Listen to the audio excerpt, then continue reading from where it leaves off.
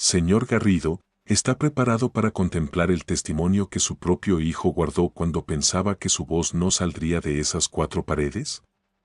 Mateo Beltrán firmaba el acta de divorcio con una ligereza que rozaba la euforia, manteniendo una sonrisa de suficiencia hasta que el magistrado ordenó reproducir el archivo que su pequeño había capturado. La pantalla principal de la audiencia se encendió, mostrando la figura de un niño de apenas 9 años, refugiado en un rincón de su alcoba. Sus pupilas reflejaban una angustia contenida mientras fijaba la vista en el objetivo de la cámara. Mateo Beltrán borró su gesto triunfal. El traje de sastre italiano que lucía, y que minutos antes le hacía sentir invencible, comenzó a pesarle como una armadura de plomo. El recinto se sumergió en un silencio sepulcral cuando la voz infantil, entrecortada pero decidida de Hugo, empezó a resonar por los altavoces. «Hola, papá. Mamá me dio permiso para enviarte esto porque necesito expresar todo aquello que me tragaba cuando aún vivías con nosotros». Elena cerró los párpados con fuerza. Las lágrimas surcaban su rostro, pero no hizo el menor esfuerzo por ocultar su dolor. El juez Javier Fonseca se despojó de sus lentes de lectura y clavó una mirada gélida sobre Mateo. En ese preciso instante, el imponente edificio de falsedades que él había erigido comenzó a resquebrajarse sin remedio. Pero para comprender cómo habían llegado a ese punto de no retorno, era imperativo rebobinar la cinta del tiempo. Había que redescubrir al hombre que Elena había sido antes de quedar reducida a un espectro marchito dentro de un hogar fracturado. Antes del colapso total, Elena y Mateo residían en una villa vanguardista en el barrio de Santa Clara, una de las zonas más exclusivas de Sevilla. La edificación destacaba por sus muros de cristal que capturaban la intensidad del sol andaluz, un patio de diseño donde Hugo corría con su labrador y un estudio de dibujo en la planta alta donde Elena se refugiaba entre lienzos y acuarelas cada vez que el ruido del mundo se volvía insoportable. Desde el exterior, la existencia de la familia parecía un anuncio de revista. Ella era una mujer de éxito, tenían un hijo dotado de una sensibilidad extraordinaria y él, Mateo, era un arquitecto de renombre en un prestigioso estudio del centro de la ciudad. Sin embargo, las fachadas perfectas suelen ocultar cimientos podridos y Elena lo estaba aprendiendo de la forma más amarga. Mateo Beltrán era un hombre que dominaba el arte de la presencia, alto, de rasgos afilados y una mirada que parecía atravesar a las personas. Siempre vestía con una pulcritud obsesiva, desde sus camisas de seda hasta sus zapatos de piel siempre impecables. Poseía una oratoria magnética, una sonrisa que desarmaba a cualquier crítico y el don de decir exactamente lo que cada interlocutor deseaba escuchar. Cuando Elena lo conoció, ella apenas contaba con 24 años y terminaba sus estudios superiores en Bellas Artes. Él tenía 27 y ya proyectaba edificios que ganaban concursos locales. La sedujo con escapadas de fin de semana, promesas de un futuro brillante y una devoción que parecía inquebrantable. Elena se entregó por completo, o al menos se enamoró de la máscara que Mateo decidió esculpir para ella. Los años iniciales fueron luminosos. Celebraron su unión en una finca de olivos, una ceremonia íntima pero cargada de simbolismo. Adquirieron la propiedad en Santa Clara y, 3 años más tarde, la llegada de Hugo pareció completar el círculo. Elena recordaba con nitidez el momento en que Mateo cargó al bebé por primera vez, sus ojos parecían humedecidos por la emoción. Le juró a ese niño que sería su guía constante, que jamás permitiría que se sintiera desprotegido. Elena depositó toda su fe en ese juramento, convencida de que su marido sería el pilar que su hijo necesitaba. Pero el paso de los meses tiene una facultad despiadada para desvestir la realidad. Al cumplir Hugo los 5 años, el comportamiento de Mateo sufrió una metamorfosis. O tal vez no cambió, sino que simplemente dejó de esforzarse por ocultar su verdadera esencia, y Elena, por puro instinto de supervivencia, se había negado a aceptarlo. Las ausencias nocturnas empezaron como excepciones, 1 o 2 veces por semana, para luego convertirse en una norma asfixiante. Las justificaciones eran siempre las mismas: entregas de proyectos urgentes, inspecciones de obra fuera de la ciudad o cenas con inversores que no se podían posponer bajo ningún concepto. Elena intentó mostrarse comprensiva. Sabía que la arquitectura de alto nivel exigía sacrificios, pero una alarma interna comenzó a sonar cuando percibió que Mateo ya no la miraba con el mismo interés. Había dejado de interesarse por sus cuadros, ya no participaba en los juegos de Hugo antes de irse a la cama, y los paseos familiares por la orilla del Guadalquivir de los domingos se habían extinguido. La primera vez que Elena tuvo la certeza física de que su matrimonio era una farsa fue una madrugada de abril. Mateo se había marchado al alba alegando una reunión crucial con el ayuntamiento. No regresó hasta pasadas las 2 de la mañana. Elena lo esperaba en el sofá, envuelta en una manta y con una taza de café ya gélida entre sus manos. Cuando él cruzó el umbral, traía la corbata floja y una expresión de extraña satisfacción en el rostro. Un aroma floral, denso y ajeno, se desprendió de su ropa. Elena sintió una punzada eléctrica en las entrañas, pero mantuvo el silencio, limitándose a observarlo. Mateo captó el escrutinio y arrugó el entrecejo con fastidio. ¿A qué viene esa cara ahora?, preguntó con un tono que destilaba irritación en lugar de afecto. Nada, solo estaba preocupada por la hora, susurró Elena con voz baja. Mateo soltó un bufido despectivo. No tienes motivos para vigilarme. Estoy levantando un imperio para que tú puedas permitirte tus pinturas y esta casa. ¿O crees que el estatus que disfrutas brota de la nada? Elena bajó la vista hacia sus manos, evitando la confrontación por puro agotamiento, pero la semilla de la duda ya había germinado. Empezó a detectar pequeñas señales, notificaciones en el dispositivo móvil de Mateo que le eliminaba con rapidez de prestidigitador, conversaciones telefónicas que mantenía en el balcón cerrando las puertas tras de sí y pretextos cada vez más inverosímiles para no compartir la mesa. Lo más devastador para ella fue darse cuenta de que Hugo también lo percibía todo. Una tarde, mientras Elena organizaba unas facturas en el comedor, el niño se sentó a su lado con sus cuadernos escolares y, sin despegar la vista del papel, soltó una pregunta que le heló la sangre. Mamá, ¿por qué? ¿Por qué mamá ya no quiere jugar a las construcciones conmigo? La pregunta de Hugo cayó como una losa sobre los hombros de Mateo. Él sintió un pinchazo de dolor en el pecho, se sacudió el polvo de los planos en los que trabajaba y se arrodilló frente al pequeño. Mamá tiene una responsabilidad muy grande en la agencia de publicidad, campeón. Su trabajo es diseñar campañas para todo el país y eso consume mucho tiempo, pero ella te lleva en el pensamiento, le mintió, tratando de forzar una sonrisa. Hugo levantó el rostro y sus ojos, dos luceros castaños, reflejaban una melancolía impropia de un niño de su edad. Entonces, ¿por qué cuando está en casa siempre tiene el teléfono pegado a la cara y nunca nos mira? Mateo se quedó sin palabras. No existía una respuesta lógica que pudiera proteger la inocencia de su hijo, así que solo lo atrajo hacia sí en un abrazo protector, susurrándole promesas de felicidad que, en el fondo, él mismo empezaba a dudar que pudiera cumplir. La estocada definitiva llegó una calurosa noche de junio. Elena había dejado su dispositivo personal sobre la encimera de mármol de la cocina mientras se daba un baño relajante. Mateo estaba guardando los platos de la cena cuando el vibrar de una notificación rompió el silencio.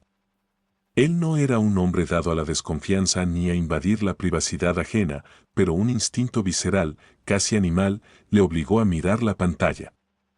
El mensaje provenía de un contacto guardado simplemente como Adrián. El texto era devastador: la escapada de ayer fue mágica. Todavía huelo tu perfume en mi piel. No tardas en volver, ¿verdad? Mateo sintió que el oxígeno desaparecía de la cocina de Santa Clara. Con las extremidades entumecidas, desbloqueó el terminal. Elena, con su habitual arrogancia, no se había molestado en cambiar el código, seguía siendo el aniversario de su boda, una fecha que ahora parecía un chiste de mal gusto. Al entrar en la aplicación de mensajería, el mundo se le vino encima. Había cientos de chats, una cronología de traición que se remontaba a casi un año atrás. Palabras cargadas de un erotismo y una complicidad que Elena le había negado a él de forma sistemática durante meses. Cuando Elena salió del baño, envuelta en una bata de seda y con una expresión de absoluta calma, se topó con Mateo sentado en el taburete, sosteniendo el teléfono como si fuera una granada a punto de estallar. Ella se detuvo en seco, pero su sorpresa no mutó en culpa, sino en una indignación gélida. ¿Se puede saber qué haces hurgando en mis cosas?, espetó ella con una voz cortante. Mateo levantó la vista, con los ojos inyectados en sangre. ¿Quién es Adrián, Elena? ¿Y qué significa que tu perfume está en su piel? Elena caminó con paso firme y le arrebató el aparato de un manotazo. Eso no es de tu incumbencia. Son asuntos de mi esfera privada que tú, con tu mentalidad retrógrada, no entenderías. Soy tu marido. Estalló Mateo, con la voz quebrada. Tenemos un hijo y una vida juntos. Elena soltó una carcajada seca, un sonido cargado de desprecio que vibró en las paredes de la cocina. No seas patético, Mateo. Estás montando un drama por unos mensajes de cortesía con un cliente estratégico. Adrián es el director creativo de una cuenta millonaria, nada más. Mateo se puso de pie, tratando de recuperar algo de dignidad. Los clientes estratégicos no dicen que echan de menos tu cuerpo, Elena. Ella lo escrutó con esos ojos que un día lo habían cautivado y que ahora lo hacían sentir como un insecto bajo un microscopio. ¿Sabes cuál es tu verdadero problema? Tu mediocridad. Eres un inseguro compulsivo. Te has estancado en tus planitos de casas de barrio mientras yo escalo hacia la cima y tu envidia está asfixiando esta relación. Si sigues así, acabarás solo. Mateo quiso gritarle que ella era quien estaba demoliendo los muros de su hogar, pero la garganta se le cerró. Se quedó estático en mitad de la cocina, viendo cómo su esposa se retiraba al dormitorio principal y cerraba la puerta con un estruendo que pareció fracturar los cimientos de la villa. Esa noche, Mateo no pegó ojo. Se quedó en el sofá del estudio, rodeado de sus maquetas, preguntándose en qué momento la mujer de la que se enamoró se había convertido en ese ser despiadado. Quiso creerla. Necesitaba desesperadamente que su versión fuera cierta, porque aceptar la infidelidad significaba admitir que su sacrificio de años había sido en balde. El otoño siguiente fue un calvario de cámara lenta. Elena continuaba regresando de madrugada, ocultando sus llamadas y tratándolo con una indiferencia que dolía más que cualquier insulto. Mateo se volcó en Hugo, se convirtió en el padre y la madre que el niño necesitaba. Cocinaba sus platos favoritos, lo ayudaba con las lecciones de historia y lo acompañaba a sus entrenamientos de fútbol. En las noches de insomnio, Mateo se refugiaba en su estudio para dibujar, dejando que el carboncillo expresara la rabia y el desamor que no se atrevía a pronunciar. Un viernes, Hugo regresó del colegio con una lámina de dibujo. Era un retrato de la familia. Mateo y Hugo estaban cogidos de la mano bajo un sol brillante, pero Elena estaba dibujada en una esquina superior, pequeña y gris, casi fuera del papel. ¿Por qué has pintado a mamá tan lejos, hijo?, preguntó Mateo con un nudo en la garganta. Porque mamá siempre es como una nube que pasa de largo, papá. Nunca se queda, respondió el niño encogiéndose de hombros. Mateo abrazó a su pequeño y sintió las lágrimas agolparse en sus párpados, pero se las tragó con amargura. Alguien debía mantener la estructura en pie, aunque estuviera podrida por dentro. El colapso definitivo ocurrió una gélida noche de noviembre. Mateo estaba preparando la cena cuando el teléfono fijo sonó con una urgencia inusual. Era el servicio de urgencias del Hospital Virgen del Rocío. Su corazón se detuvo al escuchar la voz de la enfermera. Hugo había sufrido un colapso respiratorio grave durante una actividad extraescolar. La crisis asmática era severa y necesitaba su presencia inmediata. Mateo dejó todo y condujo como un poseso por las calles de Sevilla. Llamó a Elena una docena de veces mientras sorteaba el tráfico. Nada. El buzón de voz era la única respuesta. Una segunda, una tercera vez, el silencio de ella era ensordecedor. Al llegar al hospital, encontró a Hugo en una unidad de observación, pálido y conectado a una mascarilla de oxígeno. Los facultativos le explicaron que la reacción había sido violenta y que debían monitorizarlo toda la noche. Mateo no se separó de su lado ni un segundo. Como no había sillones libres, terminó sentado en el suelo de linóleo, agarrando con fuerza la mano de su hijo, susurrándole historias de valientes caballeros que vencían a cualquier monstruo. Hugo, con la voz debilitada por el fármaco, preguntó entre sueños: ¿vendrá mamá a darme el beso de buenas noches? Mateo tragó saliva, sintiendo que el alma se le rompía en 1000 pedazos. Sí, pequeño, ya viene de camino. Era la última mentira que estaba dispuesto a decir. A las 7 de la mañana, Elena finalmente devolvió la llamada. Su voz sonaba pastosa, como si acabara de despertar en un lugar extraño, distante y ajeno a la angustia de su familia. ¿Qué quieres ahora, Mateo? Sabes que odio que me despierten temprano tras una jornada de trabajo intenso. Mateo le relató la gravedad de la situación con una voz que ya no temblaba, sino que destilaba una frialdad absoluta.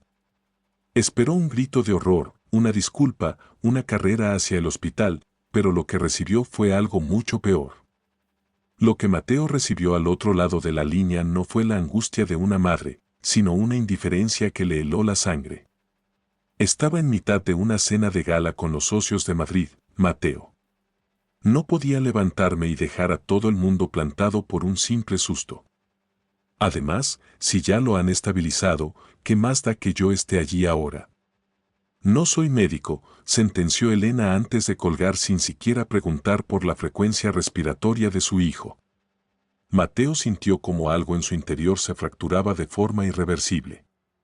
No hubo gritos ni reproches, simplemente apartó el teléfono de su oído y contempló el rostro pálido de Hugo.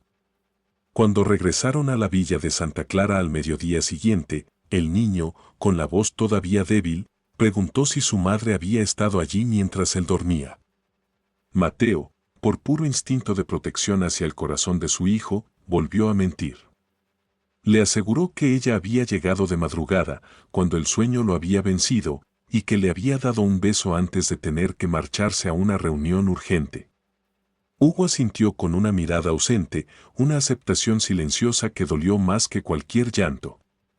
Esa noche, tras comprobar que el pequeño descansaba profundamente, Mateo se encerró en el cuarto de baño del estudio. Se dejó caer sobre el suelo de grés, rodeó sus rodillas con los brazos y permitió que el dique se rompiera. Lloró con un sollozo mudo, una agonía que le vació los pulmones. Lloró por la humillación, por la traición y por la farsa en la que se había convertido su existencia. En ese instante de oscuridad, supo que el hombre que entró en ese baño no sería el mismo que saldría de él. Mateo pasó las siguientes 3 semanas sumido en una especie de letargo consciente, un limbo emocional. Tras el incidente del hospital, su dinámica interna había mutado. Ya no derramaba lágrimas en los rincones ni vigilaba el reloj esperando el coche de Elena. Dejó de fingir una armonía inexistente frente a las visitas, pero el pánico todavía lo mantenía anclado al suelo. Le aterraba la viabilidad económica de su estudio de arquitectura independiente, le martirizaba la idea de que la custodia se convirtiera en una guerra que destruyera a Hugo y le pesaba el vacío de la soledad.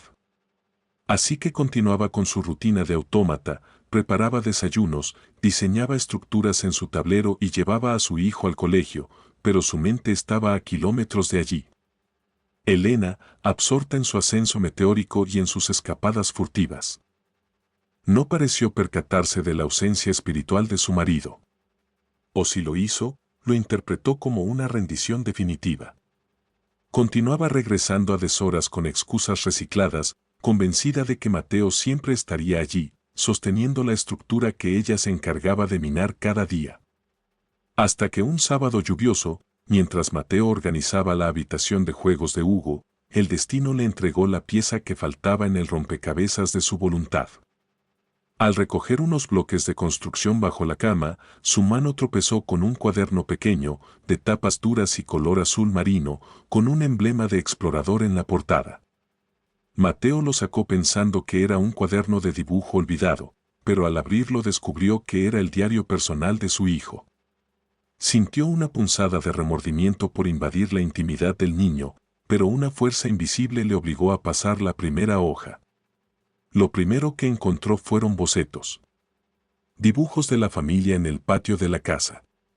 En las páginas iniciales, 3 figuras aparecían unidas, mamá, papá y Hugo, los 3 sonriendo bajo un sol de trazos amarillos.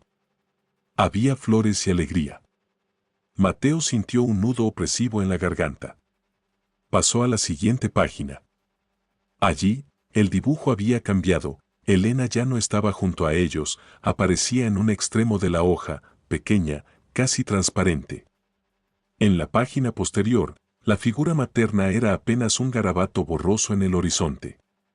Finalmente, llegó a una lámina donde Hugo había escrito con su caligrafía infantil, temblorosa pero nítida: mamá se ha olvidado de nosotros porque siempre está en su oficina de cristal, pero papá se queda.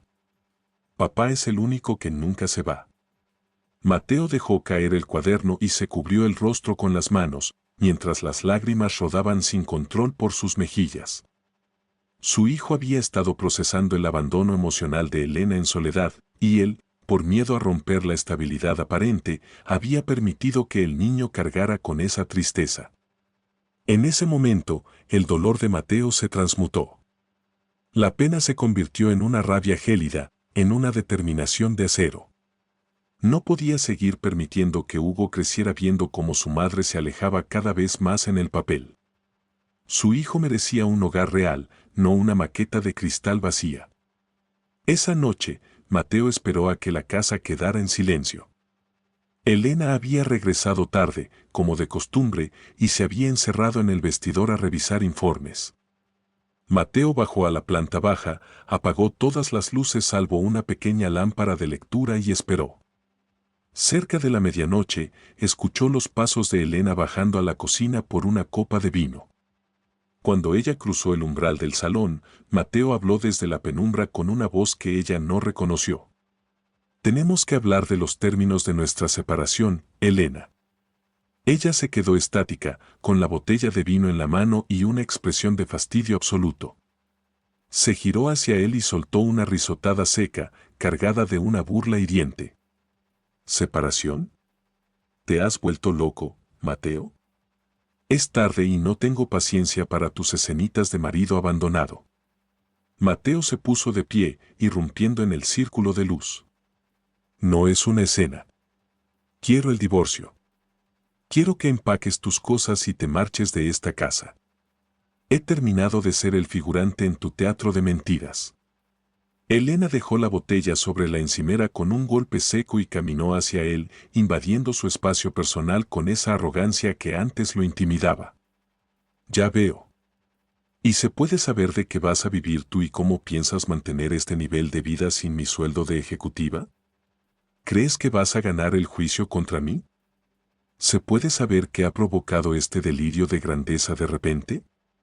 Preguntó Elena con una frialdad que cortaba el aire.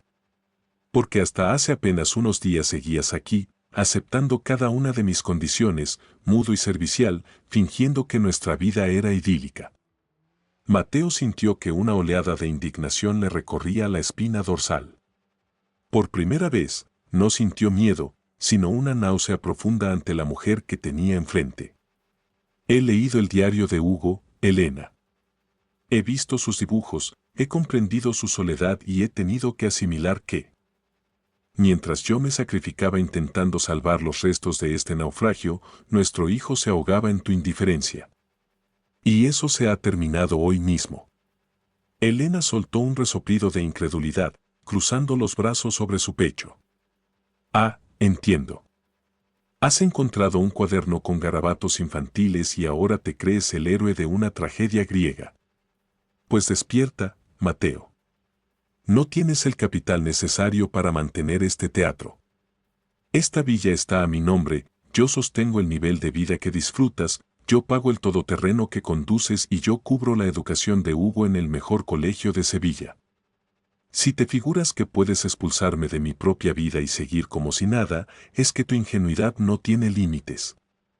Mateo dio un paso hacia ella, acortando la distancia física que los separaba. No bajó la mirada, sus ojos reflejaban la luz de una determinación que Elena no conocía. Me da exactamente igual el lujo, Elena. Prefiero mudarme a un piso de 50 metros cuadrados con mi hijo que seguir asfixiándome en esta mentira de cristal. Prefiero aceptar 3 empleos simultáneos, si es lo que hace falta, que seguir fingiendo que comparto mi cama con una esposa cuando lo único que tengo en casa es a una desconocida que desprecia a su propia familia. La sonrisa de suficiencia de Elena desapareció. Su mandíbula se tensó y sus pupilas se dilataron por la rabia. Estás cometiendo el mayor error de tu existencia. Te vas a quedar en la calle. No, replicó Mateo con una calma sepulcral. El error fue mi silencio cómplice durante todo este tiempo, pero ese silencio se ha roto para siempre. Elena lo escrutó con una mezcla de asombro y un desprecio absoluto. Luego, negó con la cabeza mientras se daba la vuelta. Muy bien, si eso es lo que has decidido, atente a las consecuencias. Voy a luchar por la custodia total de Hugo y me aseguraré de que no percibas ni un céntimo de mi patrimonio. Cuando te veas en la miseria, suplicarás por volver a esta casa, pero para entonces será tarde. Mateo sintió que el pulso se le aceleraba, pero no permitió que el temor ganara la batalla. Haz lo que consideres oportuno, Elena. Yo haré lo propio. Ella subió la escalera de mármol sin añadir una sola sílaba, dejando a Mateo solo en el salón, temblando por la descarga de adrenalina, pero sintiéndose, por primera vez en años, dueño de su propio destino. A la mañana siguiente, Mateo se sentó frente a su tablero de dibujo, pero no para diseñar casas, sino para reconstruir su vida. Buscó en la red despachos jurídicos especializados en procesos de divorcio complejos en Sevilla. Filtró reseñas, analizó trayectorias y realizó varias consultas telefónicas. Necesitaba a alguien con colmillo, alguien que no se dejara deslumbrar por el estatus de Elena ni por sus conexiones en el mundo empresarial. Así fue como dio con el gabinete del licenciado Ricardo Alba. Ricardo dirigía un despacho discreto en el barrio de Los Remedios, pero su reputación era impecable. Era un estratega implacable defendiendo los derechos de padres que habían sido desplazados emocionalmente de sus hogares. Mateo concertó una cita para esa misma semana. El miércoles por la tarde, tras dejar a Hugo en su entrenamiento de fútbol, se presentó en el despacho. Era un espacio sobrio, con paredes revestidas de madera y estanterías repletas de jurisprudencia. Ricardo Alba lo recibió personalmente. Era un hombre de unos 50 años, de complexión robusta, cabello canoso y una mirada que transmitía una mezcla de sabiduría y firmeza. Vestía un traje gris marengo impecable. Le estrechó la mano a Mateo con una fuerza reconfortante. Mucho gusto, señor Beltrán. Tome asiento y cuénteme su historia desde el principio, sin omitir detalles. Mateo se sentó y, durante más de una hora, desgranó el calvario, las humillaciones constantes, las infidelidades que Elena ya ni se molestaba en ocultar, las noches de abandono, el episodio crítico en el hospital y el desgarrador contenido del diario de Hugo. Ricardo escuchó en silencio, garabateando notas de vez en cuando en un bloque de notas. Cuando Mateo terminó, el abogado dejó su estilográfica sobre la mesa y lo miró fijamente. Señor Beltrán, voy a serle franco. Su esposa va a utilizar todo su poder económico y su influencia para asfixiarlo. Va a intentar demostrar que usted no es apto para mantener el entorno de bienestar de su hijo. Va a querer la casa, la custodia y reducir cualquier tipo de compensación al mínimo legal. Pero tengo una buena noticia, la arrogancia suele dejar un rastro de pruebas. Solo tenemos que ser meticulosos en la recolección.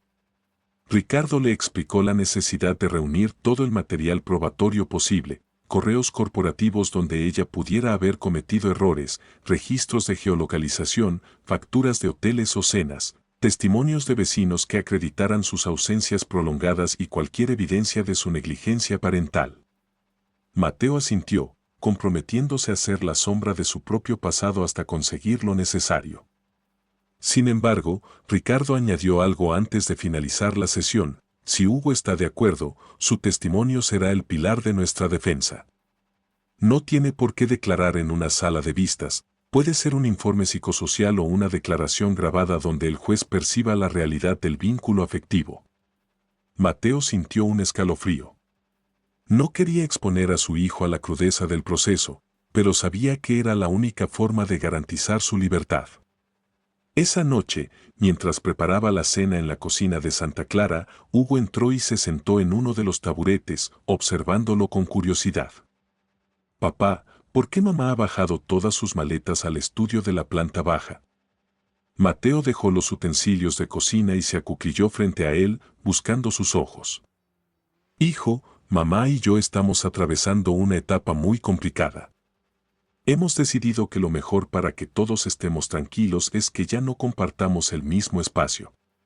Hugo lo miró con una madurez que le partió el alma. «¿Os vais a divorciar?» Mateo sintió que el aire se espesaba. «Sí, campeón. Vamos a divorciarnos». El niño asintió lentamente, procesando la información sin sorpresa, como si lo hubiera estado esperando. ¿Eso significa que ya no tendré que fingir que mamá está aquí cuando no lo está? Mateo sintió que las lágrimas amenazaban con desbordarse, pero mantuvo la entereza. Significa que a partir de ahora, nuestra casa será un lugar de verdad, sin mentiras. Vamos a estar bien, Hugo. Te lo prometo por lo más sagrado. Durante las semanas siguientes, Mateo y Ricardo trabajaron en la sombra. Mateo logró rescatar capturas de pantalla de aquellas conversaciones de Elena antes de que ella implementara medidas de seguridad más estrictas. Consiguió el informe médico del hospital que detallaba su ausencia durante la crisis de Hugo y recopiló testimonios de la empleada del hogar, quien estaba dispuesta a confirmar quién era el que realmente cuidaba del niño. Esta es la sexta y culminante parte de la historia, donde la narrativa se cierra regresando al punto de partida, el tribunal. He mantenido la inversión de roles en el entorno de Sevilla, con Mateo recuperando su lugar frente a la arrogancia de Elena, y he expandido el texto para asegurar que sea único, detallado y mantenga la carga emocional de la versión original. Parte 6. El veredicto del silencio. El caso se convirtió en una arquitectura de evidencias sólidas. Mateo, con la precisión de quien diseña una estructura maestra, recolectó cada pieza: el informe clínico del Hospital Virgen del Rocío que certificaba que Elena nunca apareció durante la crisis de Hugo, los registros del colegio que mostraban sus ausencias sistemáticas en las tutorías y los testimonios de conocidos que la habían visto en actitud íntima con su amante en diversos puntos de la ciudad. Un sábado por la tarde, mientras Mateo y Hugo estaban en la terraza del nuevo ático en Triana, el niño se detuvo mientras ayudaba a su padre a organizar unas macetas. Se sentó en el suelo, observando el horizonte de Sevilla. «Papá, yo quiero que el juez sepa que tú eres el que siempre ha estado», dijo Hugo con una gravedad inusual. Mateo dejó la regadera y se sentó junto a su hijo. «¿A qué te refieres, campeón?» Hugo se abrazó las piernas, mirando fijamente la Giralda. «En el colegio nos hablaron de un niño que grabó un mensaje para que los adultos lo escucharan de verdad. Pensé que yo también quiero decirle cosas a mamá, pero sé que ella no me escucha cuando solo hablo. Ella siempre está mirando el móvil o pensando en sus reuniones. Creo que si hago un video, tendrá que escucharlo». Mateo sintió un nudo opresivo en la garganta. «Hijo, no tienes ninguna obligación de exponerte a esto. Es un proceso de adultos». Hugo lo miró con una determinación impropia de sus 9 años. «Quiero hacerlo, papá. Quiero que mamá entienda por qué ya no quiero vivir en una casa donde ella es solo una sombra, y quiero que el señor del juzgado sepa que tú me cuidaste siempre». Esa noche, bajo la suave luz del flexo en el cuarto de Hugo, Mateo preparó la grabación. El niño se sentó frente a la cámara con sus cuadernos de dibujo al lado. Mateo le ofreció ayuda para estructurar lo que quería decir, pero Hugo negó con la cabeza. Quería que sus palabras fueran suyas, sin filtros. Mateo pulsó el botón de inicio. Hola, mamá. Papá dice que puedo enviarte esto porque hay cosas que nunca pude decirte cuando estabas en casa porque siempre estabas ocupada. Durante casi 7 minutos, Hugo habló. Relató las tardes de lluvia esperándola en la puerta del colegio mientras los demás niños se marchaban. Narró el miedo que sintió en el hospital cuando no podía respirar y ella no llegaba. Mostró a la cámara los dibujos donde ella era cada vez más pequeña hasta desaparecer y habló del amor que aún le tenía, pero también del vacío que ella había dejado. Al terminar, sus ojos estaban empañados, pero su voz se mantuvo firme como una roca. Al día siguiente, Mateo entregó el archivo a Ricardo Alba. El abogado lo visionó en silencio y luego llamó a Mateo con voz solemne: «Esto es la clave de bóveda de nuestro caso, Mateo. Es un testimonio de una honestidad desgarradora que viene del corazón del conflicto. Vamos a introducirlo en la audiencia final». Las semanas previas al juicio fueron una vorágine de nervios. Elena, convencida de su invulnerabilidad, llegó a decirle a Mateo una tarde cuando fue a recoger los últimos libros del niño: «Vas a salir de aquí con una mano delante y otra detrás. Disfruta de tu libertad mientras puedas, porque me aseguraré de que te arrepientas de haberme desafiado». Mateo no entró al trapo. Se limitó a cerrar la puerta de su nueva vida, dejando a Elena al otro lado. El día de la audiencia, Mateo se despertó con el alba. Se vistió con un traje oscuro, sencillo pero impecable, y se peinó con esmero. Ricardo pasó a buscarlo a las 8. Durante el trayecto, el abogado fue claro: «Manténla entereza.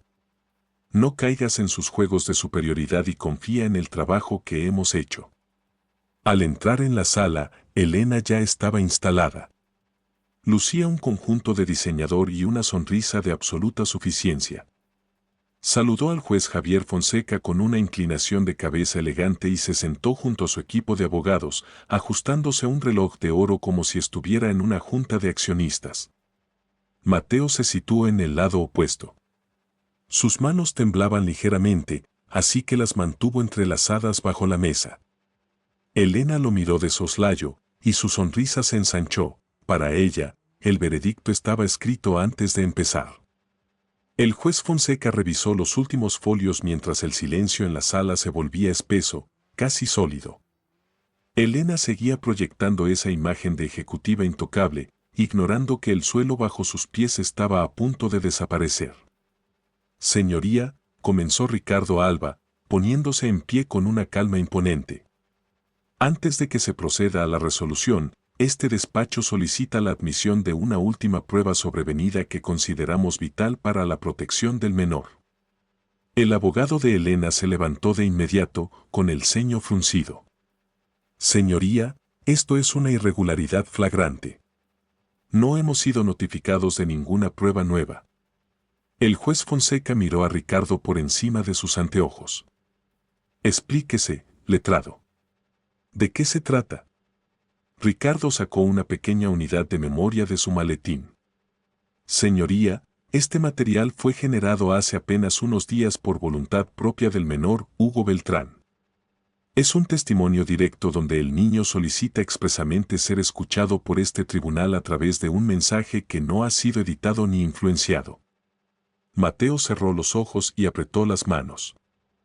Sabía que en ese instante, el video que Hugo había grabado con tanto valor empezaría a sonar, desmoronando para siempre la máscara de perfección que Elena había usado para humillarlo durante años. «Creemos que este testimonio es vital para determinar la custodia y, sobre todo, para que este tribunal comprenda el impacto devastador que la conducta de la señora Beltrán ha provocado en su hijo», sentenció Ricardo Alba. Elena dejó de sonreír. Su equipo legal se puso en pie como un resorte. «Señoría, esto es una inadmisibilidad flagrante», exclamó su abogado principal. «Se está instrumentalizando a un menor para coaccionar la decisión de la Corte. Es una manipulación evidente del padre para inclinar la balanza de forma emocional». El juez Fonseca levantó la mano con un gesto de autoridad que cortó la protesta. Siéntese, letrado. Antes de valorar su admisibilidad como prueba técnica, voy a visionar el contenido por el bien superior del menor. Señor secretario, proceda. El asistente del tribunal tomó la memoria USB y la insertó en el equipo. En el monitor principal que presidía la sala, apareció la imagen de Hugo sentado en su escritorio de Triana.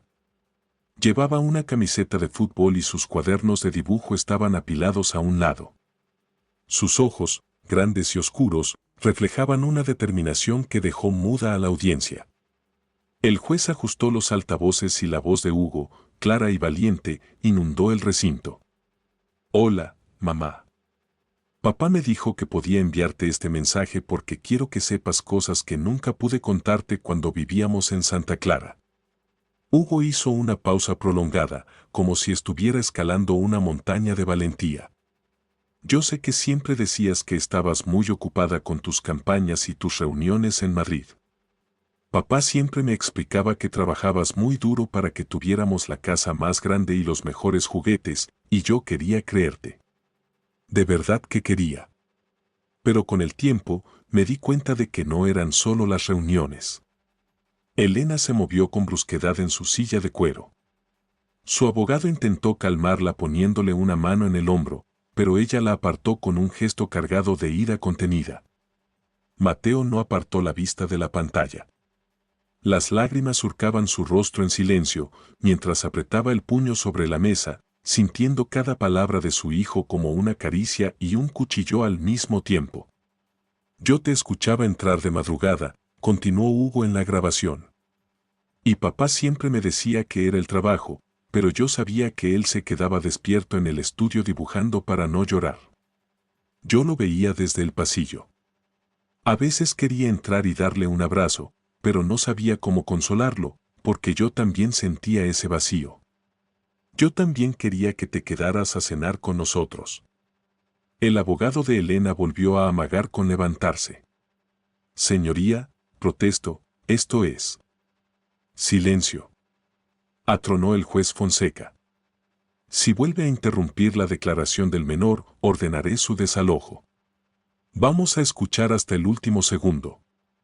Elena desvió la mirada hacia la ventana, intentando huir de la imagen de su hijo, pero no podía escapar de su voz.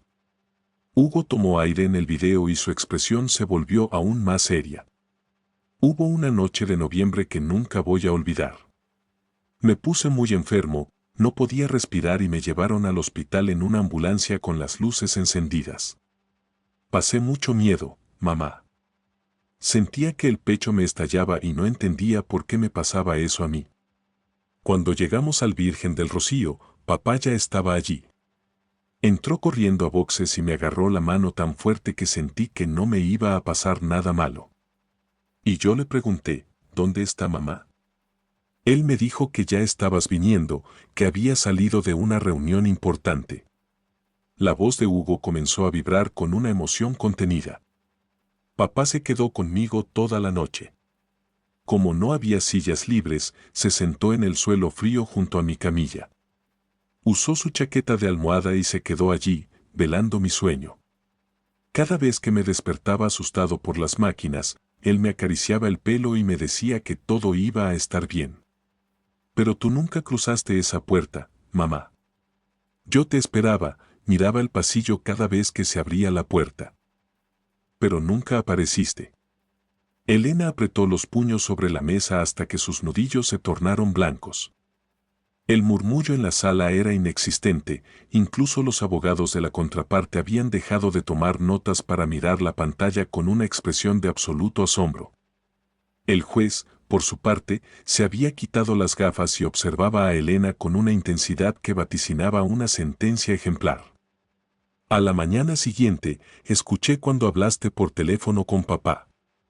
Él te dijo que yo había estado muy grave y tú solo respondiste que habías tenido una cena estratégica que no podías abandonar. Yo no entendía, mamá. ¿Qué cena es más importante que tu propio hijo? ¿Qué contrato vale más que estar conmigo cuando pensaba que me iba a morir? Hugo se secó una lágrima traicionera con la manga, pero su mirada se mantuvo firme frente al objetivo. ¿Sabes qué le pedí a mi ángel de la guarda esa noche? Le pedí que algún día tú quisieras ser nuestra familia de verdad. No por papá, porque yo sabía que él ya se había cansado de esperar y de sufrir por tus mentiras. Lo pedí por mí. Porque yo te echaba de menos. Quería una madre que estuviera ahí, no una que solo saliera en las fotos de las revistas. El silencio en el juzgado de Sevilla era tan denso que se podía escuchar la respiración agitada de Elena. Nadie se atrevía a romper el hechizo de honestidad de aquel niño que acababa de dar una lección de vida a todos los adultos presentes. Pero después de mudarnos a Triana, entendí algo fundamental, mamá, concluyó Hugo con una sabiduría aplastante. Entendí que el amor no consiste solo en pagar facturas o tener un apellido importante. El amor es presencia, es cuidado, es. Esta es la octava y última parte de la historia. Siguiendo tus directrices, he mantenido la inversión de roles en el contexto de Sevilla, donde Mateo logra su libertad frente a la negligencia de Elena. He expandido el texto para que sea único, detallado y cierre con el renacimiento de Mateo y Hugo en su nueva vida. Parte 8. El veredicto de la libertad. El amor es protección, es dejarlo todo cuando alguien a quien amas te necesita de verdad. Y tú nunca hiciste eso por nosotros, mamá. Nunca abandonaste un contrato, nunca cancelaste una cena, nunca nos diste prioridad sobre tu éxito. Y ya no quiero pedir que vuelvas, porque me he dado cuenta de que si de verdad hubieras querido estar con nosotros, ya estarías aquí. Elena cerró los ojos con fuerza. Por primera vez desde que se inició el litigio, su máscara de superioridad y su sonrisa de ejecutiva implacable se desvanecieron por completo. Su rostro palideció, adquiriendo un tono ceniciento, y sus manos, siempre firmes al firmar acuerdos millonarios, temblaban de forma visible. Su abogado le susurró algo al oído con urgencia, pero ella no reaccionó, permaneció inmóvil, como si deseara que el suelo del tribunal se abriera bajo sus pies. Te quiero, mamá, continuó Hugo en el video, con la voz quebrada por la emoción. Siempre te querré porque eres mi madre, pero hay algo que debes saber. Presumir de tu vida cuando nosotros estábamos sufriendo no es de buena persona. Y cuando estés en el juzgado y veas a papá y al juez, por favor, no sonrías como si nada importara, porque sí importa. Yo importo, papá importa, y lo que nos hiciste también importa. Hugo miró directamente al objetivo una última vez, con una madurez que heló la sangre de todos los presentes. No necesito una madre perfecta, solo quería una madre que estuviera ahí. Pero si no puede serlo, no pasa nada. Papá y yo vamos a salir adelante, porque él sí sabe cuidarme y yo sé que a su lado siempre estaré a salvo.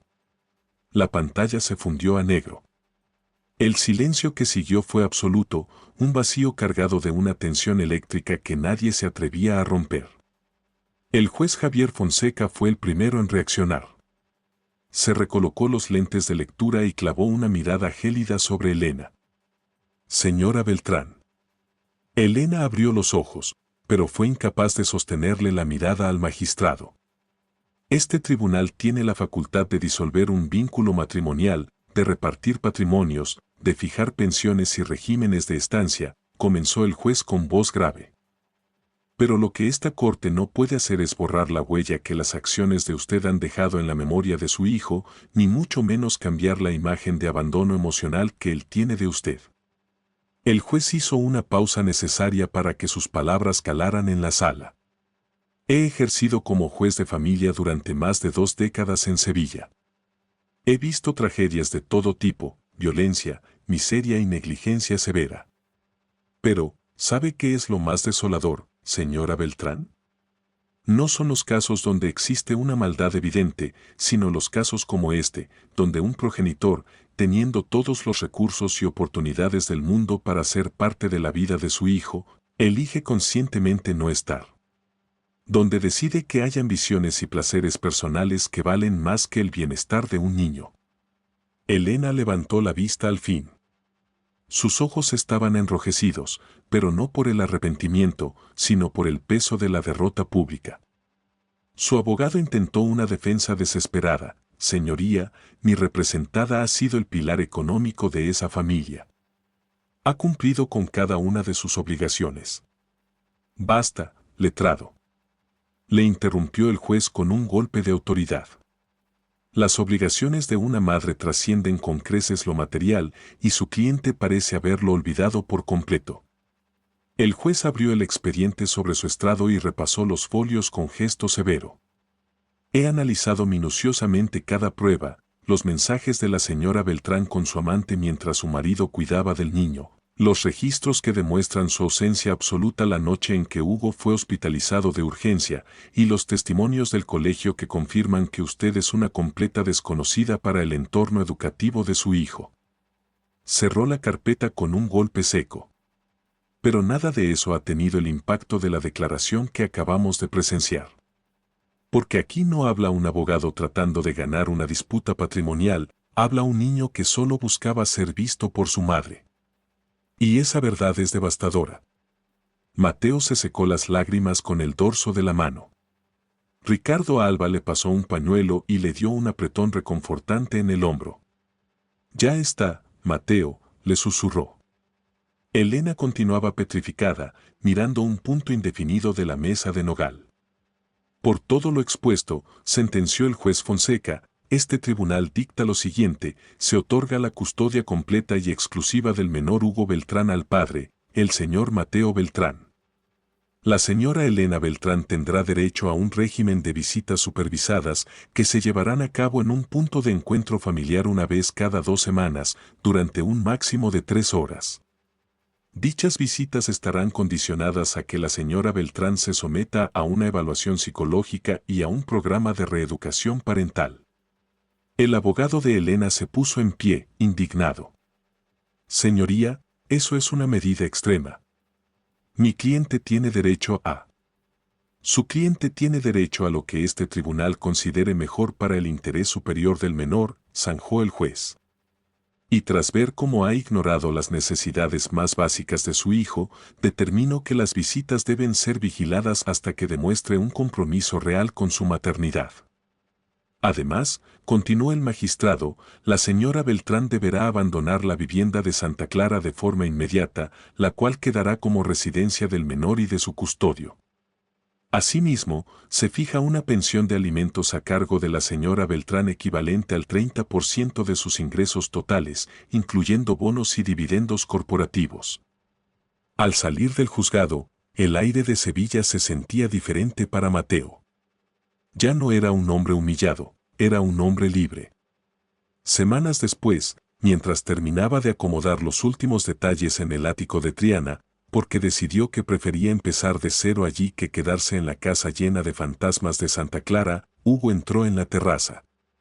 Papá, mira, dijo el niño, mostrándole un nuevo dibujo. En la hoja ya no había figuras separadas ni nubes grises. Solo estaban Mateo y Hugo, pescando a la orilla del río, con un sol radiante que ocupaba todo el papel. Mateo abrazó a su hijo con una fuerza que nacía de la paz recuperada. Había perdido una casa de cristal. Pero había ganado una vida de verdad. Aquella noche, por primera vez en años, ambos durmieron sin miedos, sabiendo que el mañana por fin les pertenecía. Se fija una pensión de alimentos a cargo de la señora Beltrán equivalente al 30% de sus ingresos mensuales totales. La propiedad familiar en Santa Clara quedará como patrimonio del menor y será habitada por él y su padre, quien ostenta la custodia. La señora Beltrán deberá desocupar el inmueble en un plazo no superior a 15 días. El resto de los activos se liquidará de forma equitativa según el régimen de gananciales. Elena apretó la mandíbula con tal fuerza que sus pómulos se marcaron como cuchillos, pero no pronunció palabra. Su abogado garabateaba notas con furia, preparando ya los cimientos de una apelación, pero el juez Fonseca aún no había terminado de hablar. Quiero que algo quede meridianamente claro, señora Beltrán. El juez se despojó de sus lentes y clavó su mirada en ella. Esta resolución no es un castigo, es una consecuencia directa de su desidia. Es el resultado de sus decisiones, de sus silencios y de su absoluta indiferencia. Su hijo le está brindando, a través de su dolor, una oportunidad de oro, la de demostrar que puede evolucionar y convertirse en la madre que él merece. Le sugiero de corazón que no la malgaste, porque la próxima vez que nos veamos en esta sala, el daño podría ser ya irreparable. El juez golpeó el mazo contra la madera con un sonido seco y definitivo. Se levanta la sesión. Toda la sala se puso en pie. Elena permaneció anclada a su silla un segundo más, como si su cerebro de ejecutiva no pudiera procesar un escenario donde ella no fuera la ganadora. Su abogado le tocó el hombro con urgencia. Vámonos. Vamos a impugnar esto de inmediato. Elena finalmente se levantó, recogió su maletín de piel y caminó hacia la salida con la mirada perdida. Cuando pasó junto a Mateo, él la observó de reojo. Ya no quedaba rastro de la mujer poderosa y altiva que había entrado al juzgado. Solo quedaba una figura vacía que acababa de descubrir el verdadero precio de sus ambiciones. Mateo salió del tribunal sintiendo que el oxígeno volvía a sus pulmones por primera vez en una década. El aire cálido y azaharado de Sevilla le acarició el rostro.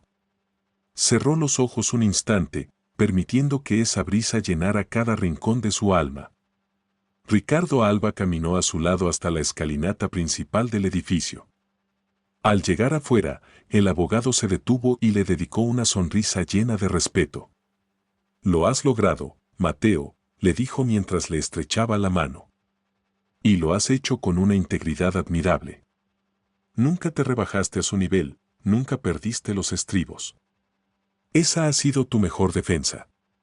Mateo sintió que la humedad nublaba su vista, pero esta vez era un llanto de victoria. «Gracias, Ricardo. Gracias por no soltarme la mano cuando ni yo mismo sabía hacia dónde caminaba». Ricardo le dio una palmada afectuosa. «Tú hiciste lo más difícil, Mateo. Yo solo puse las reglas sobre la mesa. Ahora vete con Hugo. Tenéis mucho que celebrar». Mateo asintió y caminó con paso ligero hacia la plaza, donde había dejado a Hugo con un compañero del estudio de arquitectura que se había ofrecido a cuidarlo. Al llegar, vio al niño sentado en un banco de piedra, con su cuaderno de bocetos sobre las rodillas. Hugo observaba a las palomas que revoloteaban cerca de una fuente de azulejos. Había algo en su perfil, en la forma en que movía los pies con impaciencia, que le recordó a Mateo lo vulnerable que era todavía y cuánto peso había tenido que cargar por los errores de los adultos. Cuando Hugo vio a su padre, su rostro se iluminó como si le hubieran devuelto el sol. Saltó del banco y corrió hacia él con los brazos abiertos. Mateo se arrodilló justo a tiempo para detener el impacto de su alegría. Lo abrazó con una intensidad tal que Hugo soltó una carcajada limpia. «Papá, ¿qué me vas a estrujar como a un dibujo viejo?» Mateo se rió también. Una risa vibrante y sonora que no había salido de su garganta en años. «Perdona, campeón, es que me parece que te he echado de menos toda la vida».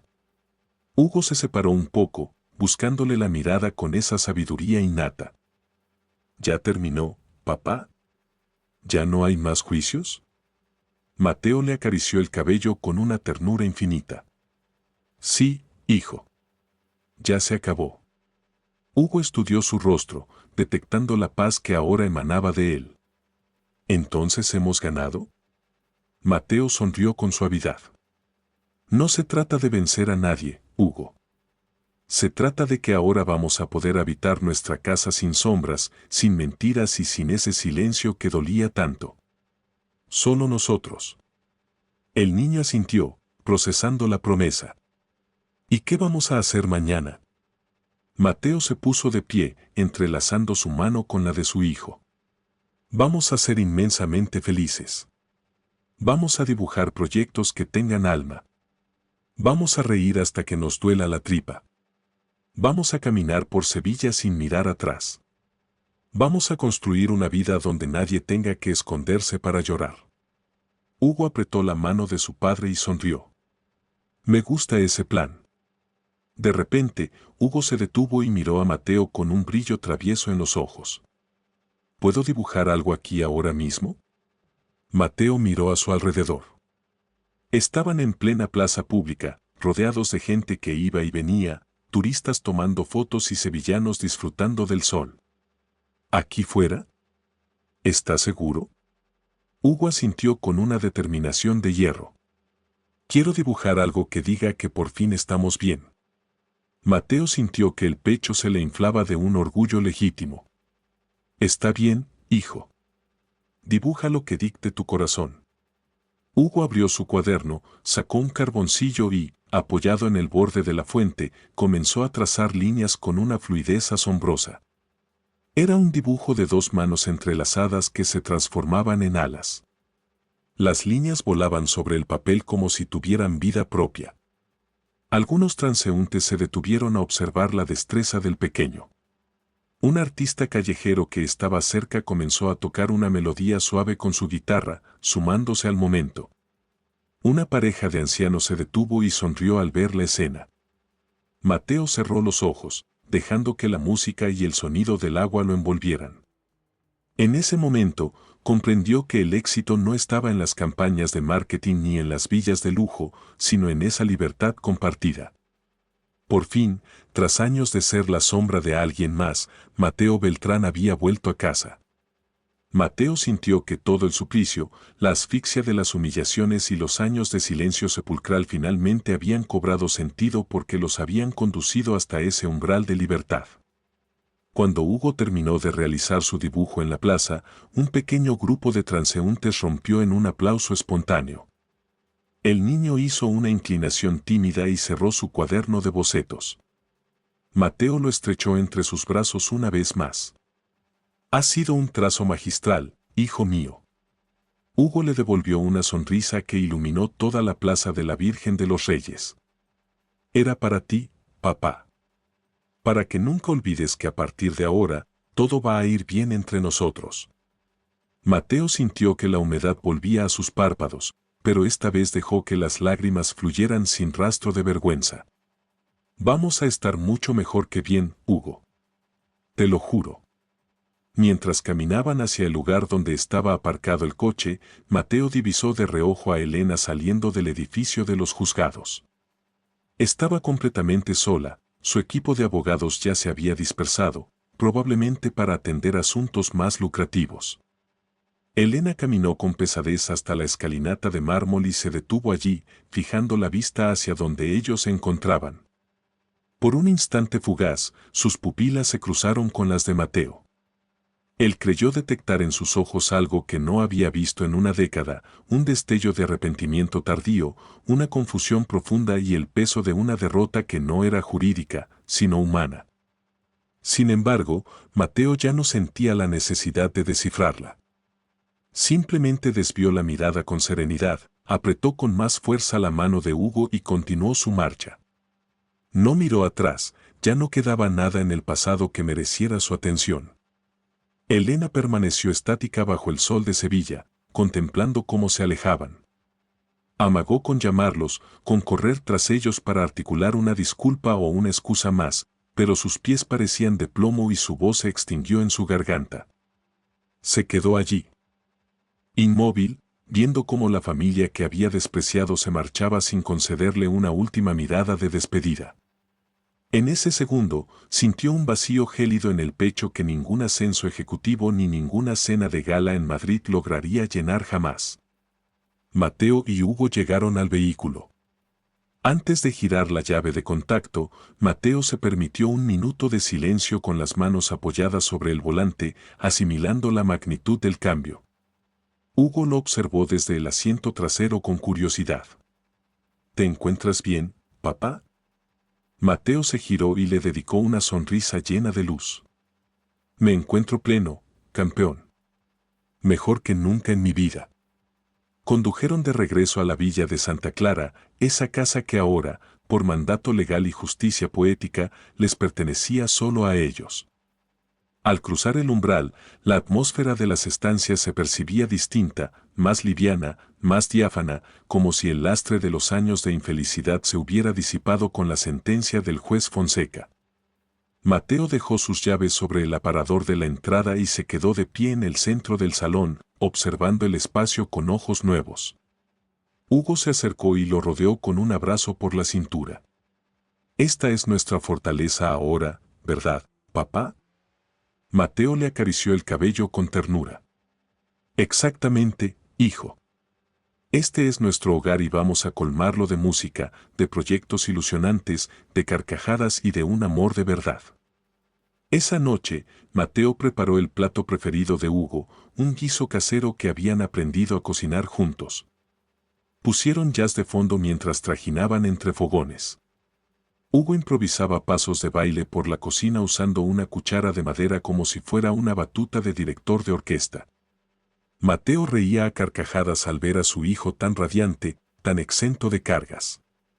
Durante la cena, Hugo le habló de sus planes para el equipo de fútbol, de sus amigos del colegio y del nuevo puente que quería diseñar con sus piezas de construcción. Conversaron de todo y de nada, y por primera vez en años, la casa dejó de ser una estructura de hormigón para convertirse en un hogar cálido. Tras la cena, se acomodaron en el sofá con 2 tazas de chocolate caliente. Hugo se acurrucó contra el costado de su padre, apoyando la cabeza en su hombro con confianza total. «Papá», preguntó en un susurro, «¿crees que mamá llegará a entenderlo algún día?» Mateo guardó silencio un instante, sopesando sus palabras con prudencia. «No tengo la respuesta, pequeño. Deseo que lo haga por su propio equilibrio, pero ya no es nuestra tarea rescatarla de sus decisiones. Ella debe encontrar su propio camino. Nosotros ya hemos cumplido nuestra parte, ahora nos toca a nosotros ser felices». Hugo asintió y se sumió en un silencio cómodo. Minutos después, Mateo percibió su respiración rítmica y pausada. El niño se había quedado dormido, rendido por la intensidad del día. Mateo lo contempló con una devoción infinita, le retiró un mechón de pelo de la frente y susurró, «Gracias, hijo mío. Gracias por tu valentía inmensa. Gracias por enseñarme a no claudicar. Gracias por recordarme que yo también merezco la felicidad». Con sumo cuidado, Mateo cargó a Hugo en sus brazos y lo llevó hasta su dormitorio. Lo arropó con su manta favorita, le dio un beso en la frente y apagó la lámpara de noche. Antes de retirarse, se quedó en el umbral observando la paz del pequeño. Supo, sin asomo de duda, que había tomado el camino correcto. Bajó al salón y se sirvió una copa de vino tinto. Se sentó frente al gran ventanal y miró hacia afuera. A lo lejos, las luces de Sevilla centelleaban bajo el manto nocturno. La ciudad seguía su curso vibrante, y él, por primera vez en una década, se sentía parte de esa vida. No era solo subsistir, era vivir de verdad. Era respirar sin la opresión de la angustia, era proyectar el futuro sin sombras. Tomó su teléfono y redactó un mensaje para Ricardo Alba: «Gracias por todo. No solo por el veredicto, sino por haber creído en mi verdad cuando yo mismo dudaba de mi fuerza. Gracias por ayudarme a recuperar mi lugar en el mundo». La contestación fue casi instantánea: «Ha sido un honor acompañarte en este renacimiento, Mateo. Disfruta de tu libertad. Te la has ganado a pulso». Mateo sonrió y dejó el dispositivo a un lado. Se recostó en el sofá y cerró los ojos. Por su mente desfilaron ráfagas de los últimos años, las traiciones, las humillaciones, las noches de soledad en el estudio. Pero esas imágenes se desvanecieron rápido, sustituidas por otras nuevas: la risa de Hugo en la plaza, el primer trazo de un nuevo proyecto y la certeza de que el sol, finalmente, había salido para ellos. Esta es la 11ª y última parte de la historia, el cierre definitivo donde el dolor se transmuta en una paz duradera. He mantenido la inversión de roles en el escenario de Sevilla, con Mateo rediseñando su mundo frente a la transformación de Elena. Siguiendo tus reglas, he expandido el texto para asegurar que sea único y profundamente emotivo. Parte 12. La melodía del porvenir. Aquel torbellino de emociones dio paso a una calma productiva.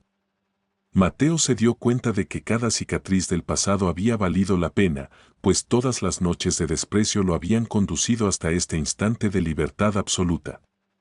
Los días siguientes fueron una sucesión de cambios necesarios. Elena acudió a recoger sus pertenencias personales una tarde, aprovechando que Hugo estaba en sus actividades extraescolares. Mateo le permitió la entrada sin pronunciar palabra. Ella traía consigo cajas de cartón y se movía por la villa de Santa Clara como un espectro, con paso rápido, evitando cualquier contacto visual. Cuando terminó de cargar su coche, se detuvo en el umbral de la puerta y, por primera vez desde que se dictó la sentencia, su voz sonó despojada de soberbia. «Lo siento», murmuró con una ronquera impropia de ella. «Siento todo lo ocurrido, Mateo». Mateo la observó con una serenidad imperturbable, no había odio en sus ojos, pero tampoco el perdón que ella buscaba. «Yo también lo siento, Elena. Pero no por mi dolor, sino por ti. Porque en tu carrera hacia la cima, perdiste el tesoro más grande que jamás tendrás, y eso es algo que ningún ascenso podrá devolverte». Elena asintió en silencio, bajó la mirada y desapareció por el camino de entrada. Mateo cerró la puerta y exhaló un suspiro que pareció vaciar años de angustia. Un capítulo sombrío se sellaba para siempre. Las semanas se transformaron en meses de luz. Mateo decidió que la casa de Santa Clara necesitaba una nueva energía para dejar de ser una cárcel de oro. Juntos, él y Hugo rediseñaron cada estancia. Pintaron los muros con tonos cálidos que atrapaban el sol de Sevilla, llenaron los rincones de plantas exóticas y reorganizaron el mobiliario para crear espacios de encuentro, no de aislamiento. Hugo eligió el azul cobalto para su cuarto, colgó sus mejores bocetos enmarcados y reservó un estante de honor para sus trofeos de fútbol. Construyeron, ladrillo a ladrillo, un hogar donde la risa ya no era un eco extraño. En lo profesional, Mateo también se atrevió a dar el salto que siempre postergó. Con la estabilidad de la pensión y sus ahorros, decidió centrar su estudio de arquitectura en proyectos de rehabilitación de viviendas con alma, trabajando desde su propio despacho en casa. Pronto, su tablero se llenó de planos y maquetas, y las tardes en la villa se poblaron de clientes que buscaban su visión humana y detallista. Mateo se sentía, por fin, realizado. Un viernes, mientras Hugo terminaba sus deberes, el timbre sonó. Mateo abrió y se encontró con Elena. Ya no vestía sus trajes de ejecutiva agresiva, llevaba ropa informal y su rostro reflejaba un cansancio humano, una vulnerabilidad nueva. «Hola», dijo con voz vacilante. «He venido a ver si Hugo quiere ir a merendar conmigo. Es mi tarde de visita supervisada». Mateo asintió con cortesía. «Deja que le consulte». Subió las escaleras y le preguntó a Hugo. El niño dudó unos segundos, pero terminó asintiendo. Mateo bajó y le dio el visto bueno a Elena. «Tráelo de vuelta a las 8, por favor». Cuando Hugo regresó esa noche, Mateo le preguntó cómo se había sentido. El niño se encogió de hombros con una madurez asombrosa. «Fue diferente, papá. Mamá no habló de su trabajo. Solo me preguntó por mis dibujos y me compró un batido. Estuvo bien, supongo. Pero es raro. Ya no espero que sea la supermamá que salía en las revistas, pero me alegra ver que al menos intenta escucharme». Mateo lo abrazó con fuerza. «Y eso es lo que cuenta, campeón». Los meses siguieron su curso. Elena continuó asistiendo a terapia y cumpliendo estrictamente con las visitas. No se convirtió en una madre perfecta de la noche a la mañana, pero estaba intentando reconstruir los puentes que ella misma había dinamitado. Hugo aprendió a relacionarse con ella de una forma nueva, sin expectativas irreales, aceptando sus limitaciones pero valorando su esfuerzo por estar presente. Un año después de la sentencia, Mateo recibió una llamada del club de Hugo. Su hijo había sido seleccionado para la cantera oficial del Sevilla FC tras un torneo brillante. A Mateo se le saltaron las lágrimas de orgullo. Canceló sus citas del día y corrió a buscarlo. Cuando llegó, Hugo estaba rodeado de sus compañeros, radiante. Al ver a su padre, corrió hacia él y se lanzó a sus brazos. «Lo logramos, papá. Estoy dentro». Mateo lo levantó en vilo, girando de alegría. «Estoy tan orgulloso de ti, Hugo. Nadie se lo merece más que tú». Esa noche organizaron una celebración por todo lo alto. Invitaron a Ricardo Alba, a los amigos cercanos de Hugo y a los vecinos que los habían apoyado.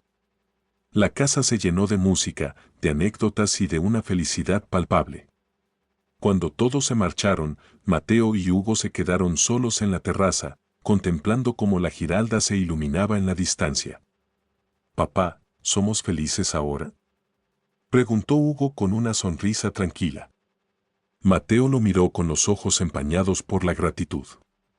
«Sí, hijo mío. Somos muy felices.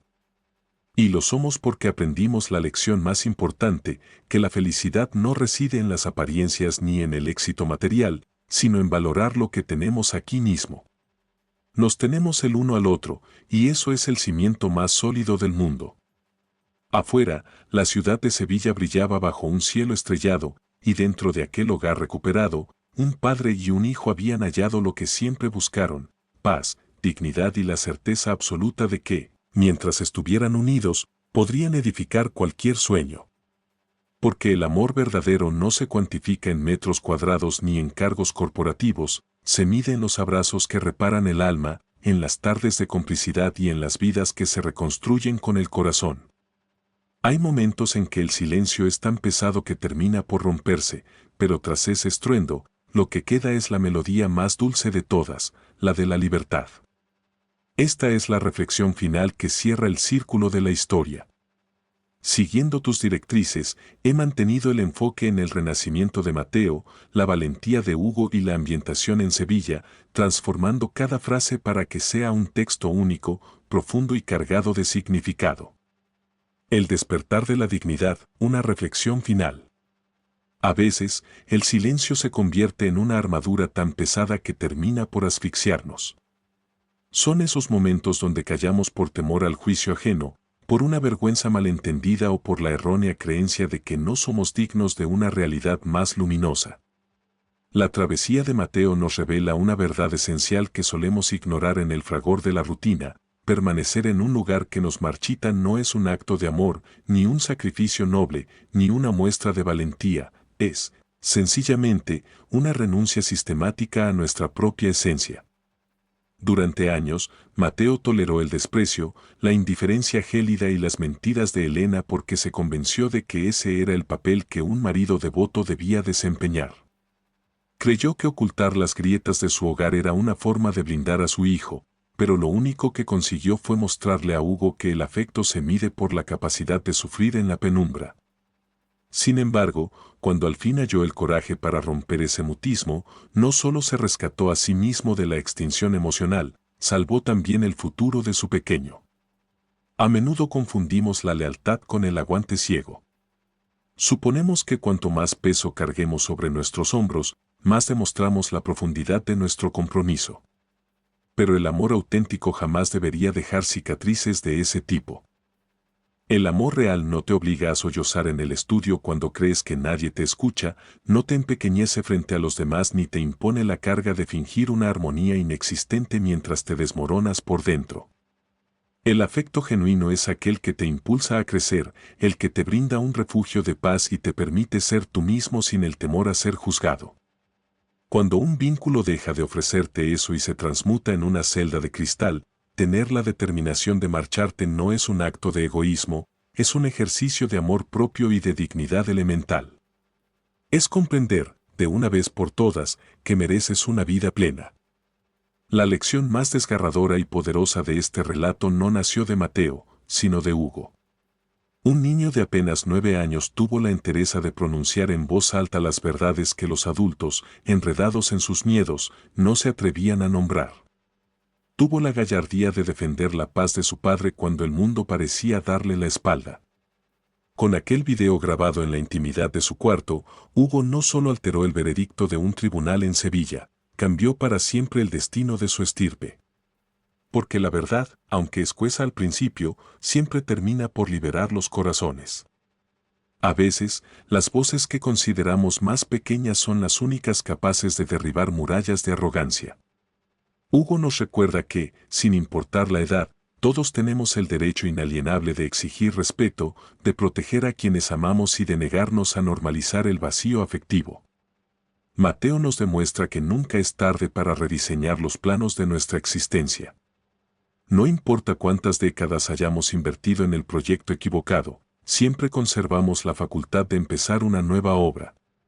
Cruzar el umbral de aquel juzgado fue solo el primer paso de su reconstrucción.